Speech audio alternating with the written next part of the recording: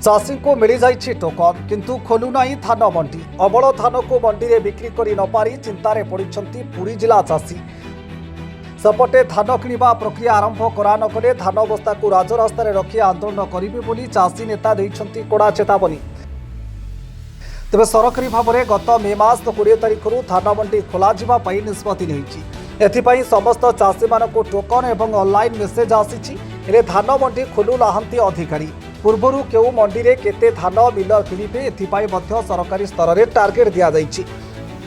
मात्र मंडी खोलिबा पाई निर्देशनामा को 10 दिन बीती जाइथिले मध्य जिलार कौनसी गोटे धान मंडी एजावत खोला जाई नाही कि चाषींको ठरू धान किणा जाई नाही। फल धान बिक्री करने हाथ में टोकन थरी निराश होइछि चाषी कूल।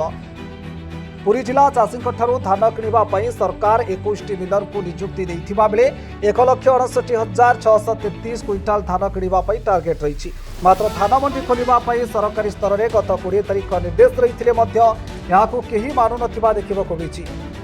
प्रशासनिक अधिकारी और मिलर माने सरकारी निर्देश को बेखातिर करी मंडी खोलु नथिबा अभियोग करिसेंति चाषी। जापाई अमल धान को चाषी खोला आकाश तले जरीपाल घोड़ाई रखिबा पाई बाध्य हेउछि। मंडी न खोलिबा कारणरू धान अभावी बिक्रीर फायदा नेउछंती असाधु व्यवसायी, जहाँपाई चाषी क्षति सहिब बोली चाषी माने अभियोग करिसेंति। अन्यपटे चाषींक ठारू तुरंत धान किणा नगले धान बस्ता को नहीं राजरास्ता रखी आंदोलन कराजिबो बोली धमक देइछंती चाषी नेता धरणीधर साहू।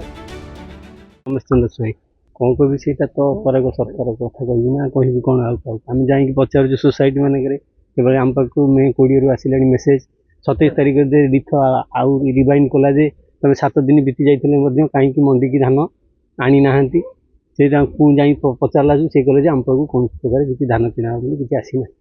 केते क्विंटल धान पड़ी मो पाक 65 क्विंटाल धान आसला टोकन मोर 65 रु अधिक हम धान आउ 65 क्विंटाल तो मुझे पारि।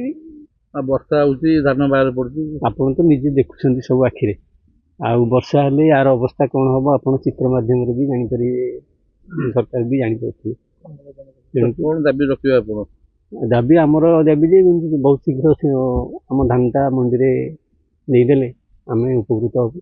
सब बड़ कथा जो टोकन टाइम जो बाहर कर धान तो बिक्री भी करें जो टाइम भी आप चली से बाधिक तो बाहर धान देव आ कौन कर सरकार अपराग पड़ी सब ये कर कौन कर सरकार दायी करूँ ना क्या दायी कह जितेंद्र बराड़ देखो मंडी सरकारी स्तर में मंडी खोल कौटी मंडी खोला जाए अभियोग मंडी 23पुर कोऑपरेटिव सोसाइटी मुझे जड़े बोर्ड डायरेक्टर तापर भी चाषी किंतु सबु प्रकार आम मोर 23पुर cooperative society Jashpur Govinda SHG 2टा मौजार जमी थी 2टा मौजार रेजिस्ट्रेशन करी मोर प्राय 2टा मौजार 86 क्विंटाल धान टोकन आसी किंतु मु धान अमल कर सोसाइटी सहित कंटाक्ट करने कौन सेक्रेटरी कौन स्टाफ मतलब धान नापी कौन इंटरेस्ट ना।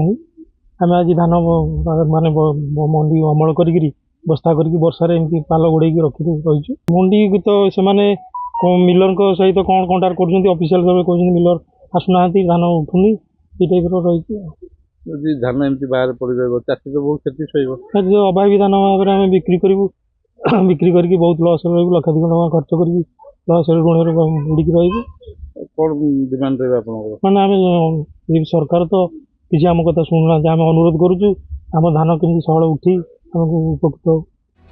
Pipili Manoranjan Mahapatra report Metro TV Odisha.